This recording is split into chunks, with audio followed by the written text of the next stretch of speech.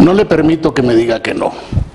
Si usted vive en la Ciudad de México, está hasta la coronilla de las marchas y manifestaciones que obstruyen la circulación y el tráfico por la capital del país. Está hasta la coronilla. Salvo, claro, que usted sea uno de esos marchantes. Pero esas manifestaciones y esas marchas también cuestan dinero. En una megamarcha de 4 a 5 horas, calculamos que la pérdida salarial es entre 2,5 y 3 millones de pesos. Las pérdidas por ventas no realizadas son del orden de 17.6 millones de pesos cada megamarcha de estas. Soy Raúl Flores Martínez, reportero, Excelsior Televisión. En tiempos remotos, México llegó a ser, junto con Brasil, uno de los principales países productores y exportadores de calzado. Hoy en día, la industria zapatera de México está en una crisis profunda. El año pasado ingresaron a México 85 millones y medio de pares, de los cuales nosotros consideramos que por lo menos entre el 45 y el 50% venía por debajo de los precios de costo de materia prima.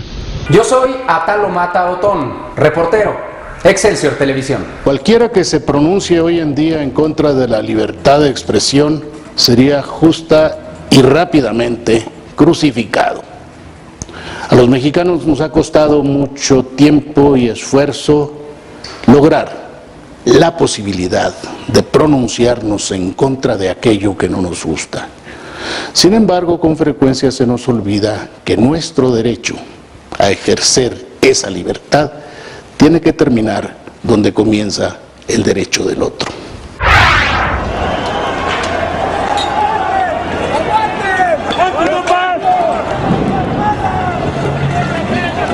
Diariamente estamos ganando un sueldo más o menos arriba de los 200 pesos, pero ahorita con lo de las marchas pues estamos ganando hasta un sueldo de 50 pesos por día.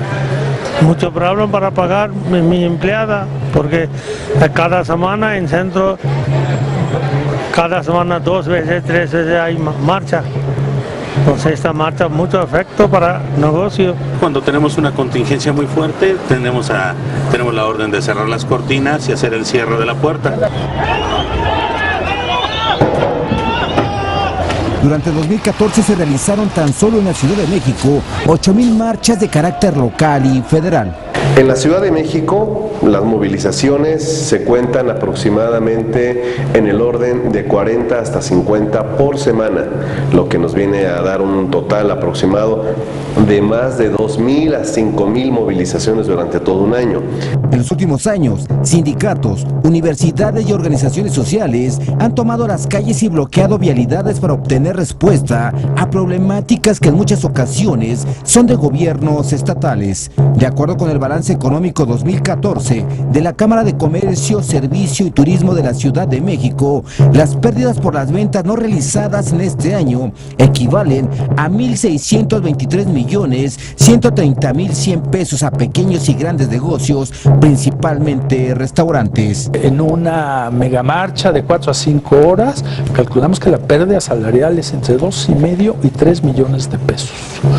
Las pérdidas por ventas no realizadas son del orden de 17.6 millones de pesos cada megamarcha de estas. 7,300 establecimientos de todo tipo, además de 550 hoteles de 4 y 5 estrellas que se encuentran en el corredor turístico que abarca el Ángel de la Independencia, Juárez, 5 de Mayo y Zócalo, son los más afectados durante las movilizaciones. Todos calles cerrado, no viene gente, ¿cómo poder vender? No viene para comer, gente, porque peligroso, como viene marcha, hay mucho peligroso.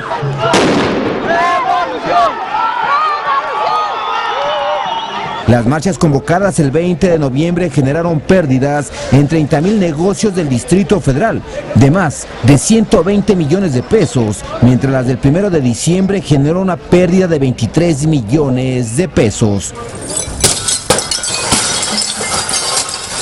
La decisión del despliegue y actuar policía con las manifestaciones de la Ciudad de México no dependen directamente del secretario de Seguridad Pública del Distrito Federal.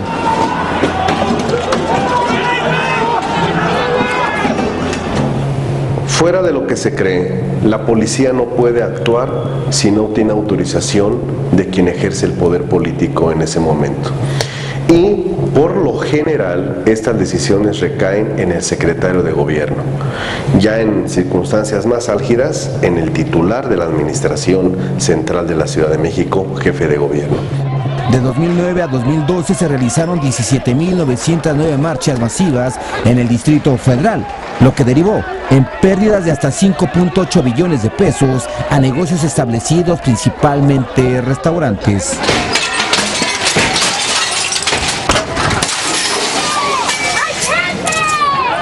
En los últimos años, diversos grupos de encapuchados han logrado infiltrarse en los distintos movimientos sociales de la capital del país.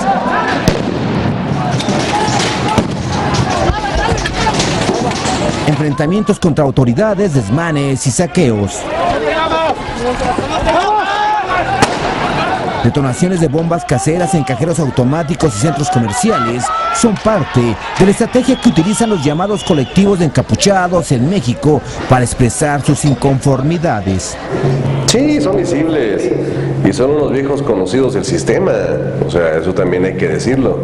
Los anarquistas no aparecen de la nada y desaparecen, no, los anarquistas son personas, un gran porcentaje de ellos con actividades políticas en la zona conurbada y en la Ciudad de México, en agrupaciones de corte radical como el Frente Popular Francisco Villa, Antorcha Campesina, por mencionar tan solo algunos de los grupos más conocidos.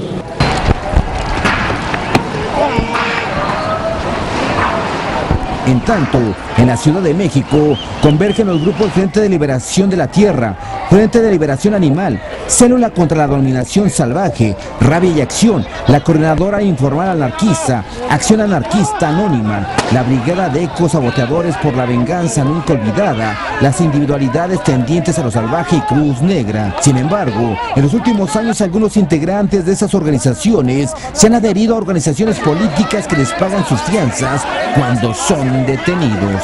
Está el grupo de Bejarano detrás de estas organizaciones, primero por algunas de las relaciones que tienen con el Frente Francisco Villa y con otros que son cercanos a esas corrientes de Bejarano, pero además de eso por temas muy concretos.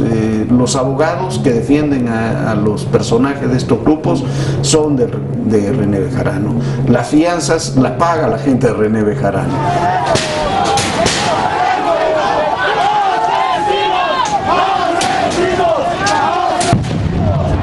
El modo de operar para sus ataques se basa en el manual de guerra de guerrillas utilizado en la Revolución Cubana y El Salvador. Se dividen en células de 5 a 15 integrantes, quienes previamente han fabricado bombas molotov con clavos y tornillos, petardos con esquirlas y bazucas con tubos de PVC. Algunos encapuchados son adiestrados en guerrillas urbanas por grupos subversivos como el Ejército Popular Revolucionario y las milicias insurgentes Ricardo Flores Magón. Por supuesto que nosotros estamos trabajando en temas de inteligencia, en tema de los embosados, buscamos con las imágenes que tenemos buscar conocer la identidad de estas personas.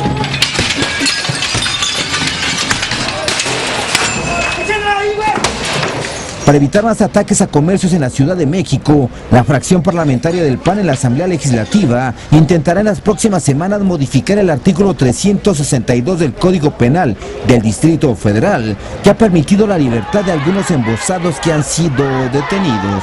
Que tiene que ver que quienes cometan actos vandálicos sea un delito grave, quienes estén encapuchados se aumente la pena en una tercera parte y quienes utilicen sustancias químicas tóxicas en una manifestación también se elevará en una tercera parte esta pena.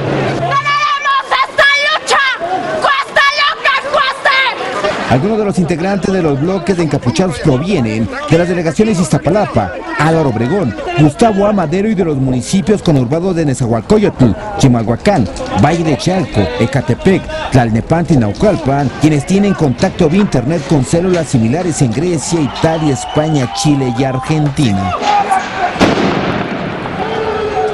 Informó Raúl Flores Martínez. México todavía se encuentra entre los 10 principales países productores de calzado en el mundo. La industria del zapato sostiene a 250,000 de familias en nuestro país. Todo eso, sin embargo, puede cambiar.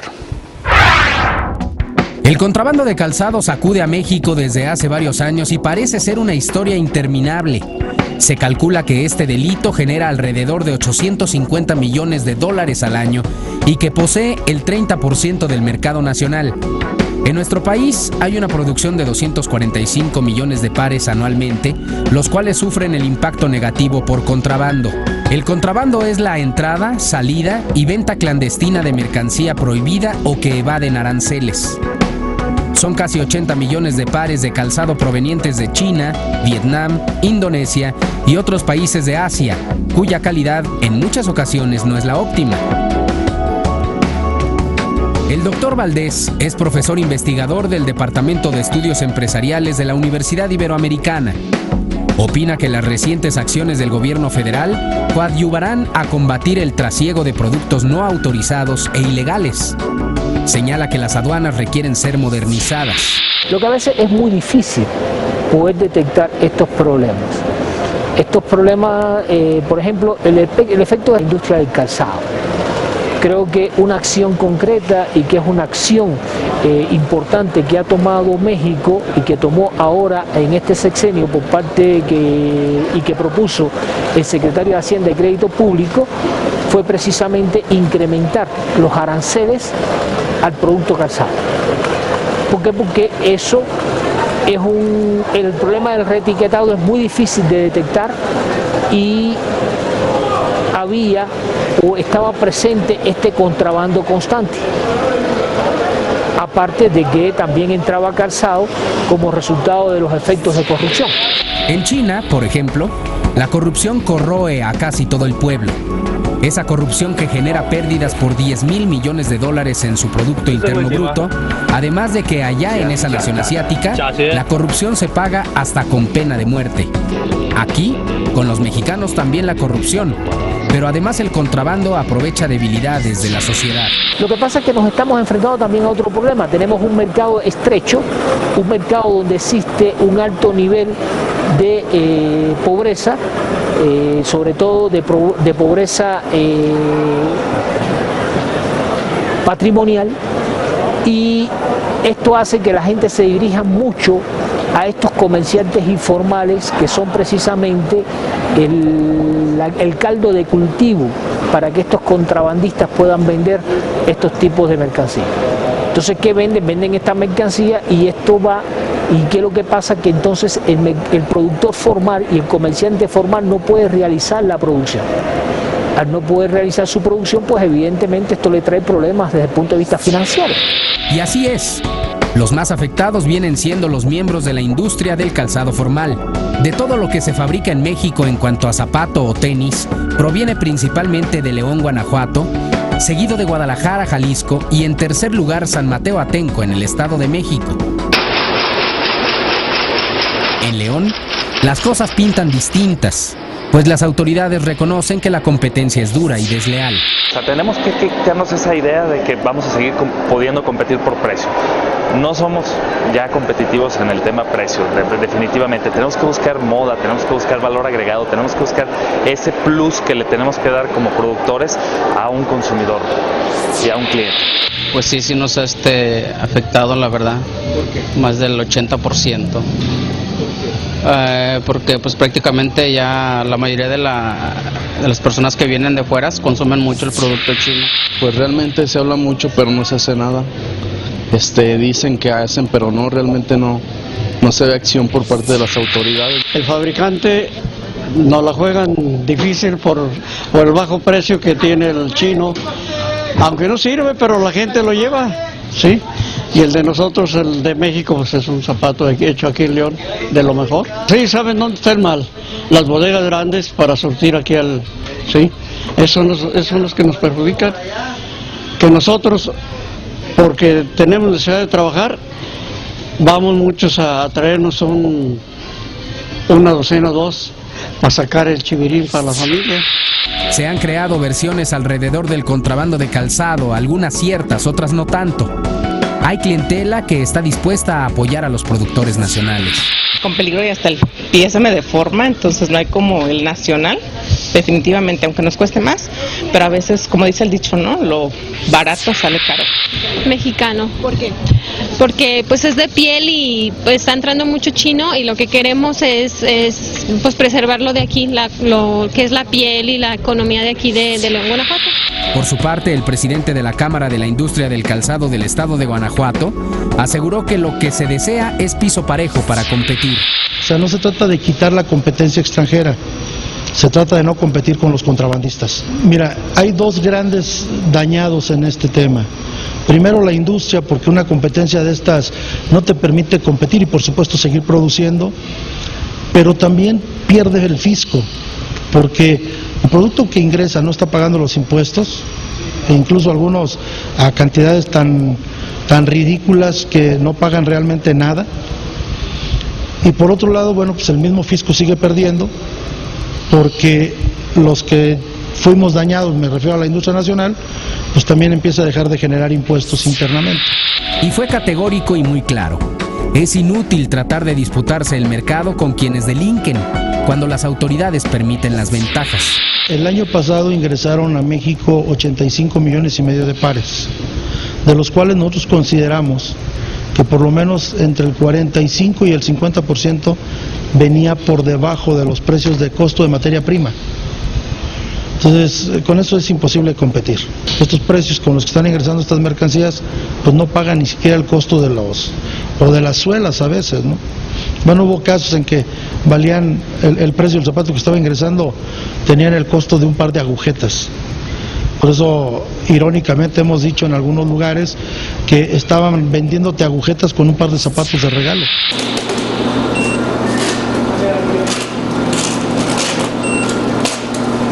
Una aduana es una oficina pública gubernamental que se encarga de registrar el tráfico internacional de mercancías de importación y también de exportación entre diversos países, así como cobrar su debido impuesto. Aquí reconocen que sí existe el contrabando como en cualquier parte del mundo. Dentro de la aduana se tienen que cumplir reglas, no se puede utilizar el teléfono celular en ciertas áreas, estar perfectamente identificados y respetar a los compañeros. Aquí adentro en la aduana todos funcionamos bien. ¿Por qué? Porque existen reglas, porque existen, ¿no?, actos, consecuencias, si no traes el chaleco, si usas el celular, y todos funcionamos muy bien aquí adentro. Y somos los mismos seres humanos los que estamos aquí adentro de la aduana que los que estamos allá afuera. ¿Por qué aquí sí funcionamos y allá afuera no? Las agencias aduanales también luchan por evitar ser sancionados y multados. Intentan día a día combatir actos de corrupción en su interior, sobre todo con el calzado. Desgraciadamente el tema aquí está en la subvaluación, ¿no? Muchas veces estuve en una conferencia en donde estuvieron distintas cámaras del calzado y del textil y decían que muchas veces el zapato chino ya con la caja valía 20 pesos, ¿no? Y decía la cámara del calzado, es que eso no me cuesta aquí ni la caja. Una aduana puede situarse en las costas, fronteras terrestres y terminales aéreas o ferroviales. Grupo Imagen Multimedia tuvo acceso a la aduana del Aeropuerto Internacional de la Ciudad de México. Uno de los más importantes almacenes nos mostró la forma tan estricta y transparente de laborar. Para poder ingresar tuvimos que portar todo el tiempo un chaleco de color naranja.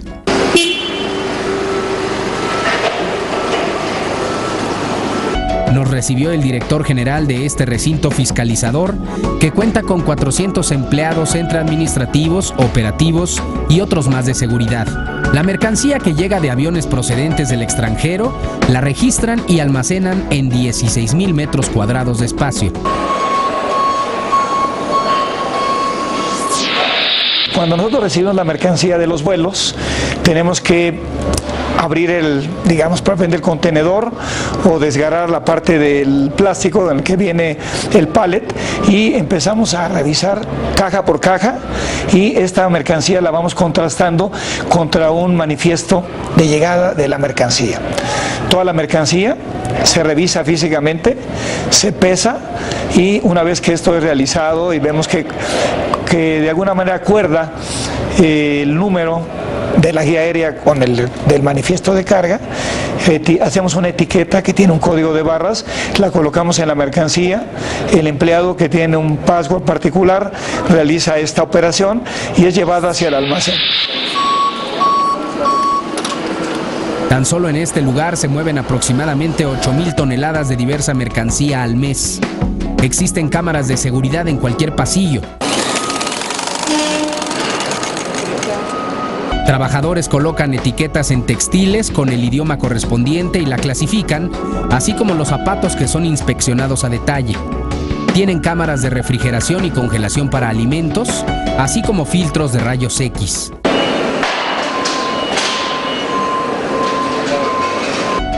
El centro de monitoreo permite estar al tanto de cada uno de los movimientos de quienes estuvimos en las instalaciones aduanales.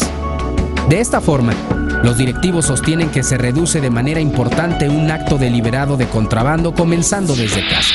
Tenemos dentro de los estándares de recibir nuevo personal una serie de requisitos que se deben cumplir para que una persona ingrese a trabajar a nuestras instalaciones. Dentro de ello tenemos un estudio al lugar donde vive, cómo está, quién es su familia, y por otro lado tenemos requisitos de salud, de orden y también el hecho de que la gente no se adicta a ningún tipo de droga. Esto puede ser una muestra de que hay quien cumple, pero hay quien también incumple para lograr consumar el contrabando de calzado o de cualquier otro producto. A partir de 2014, el calzado solo se podrá importar por 9 aduanas en lugar de 33 como antes: México, Manzanillo, Guadalajara, Ciudad Hidalgo, Nuevo Laredo, Tijuana, Lázaro Cárdenas, Veracruz y el Aeropuerto Internacional de la Ciudad de México. El calzado en México está entre las 10 de mayor producción a nivel mundial y da sustento a 276,000 familias. Con participación de Luis Negrete, le informó Atalo Mata. Otón. Hasta aquí llegamos por hoy en Bucareli 1, la dirección correcta. Recuerde que el sábado próximo tiene usted una cita, misma hora, mismo canal, Excelsior Televisión, noticias que dicen más.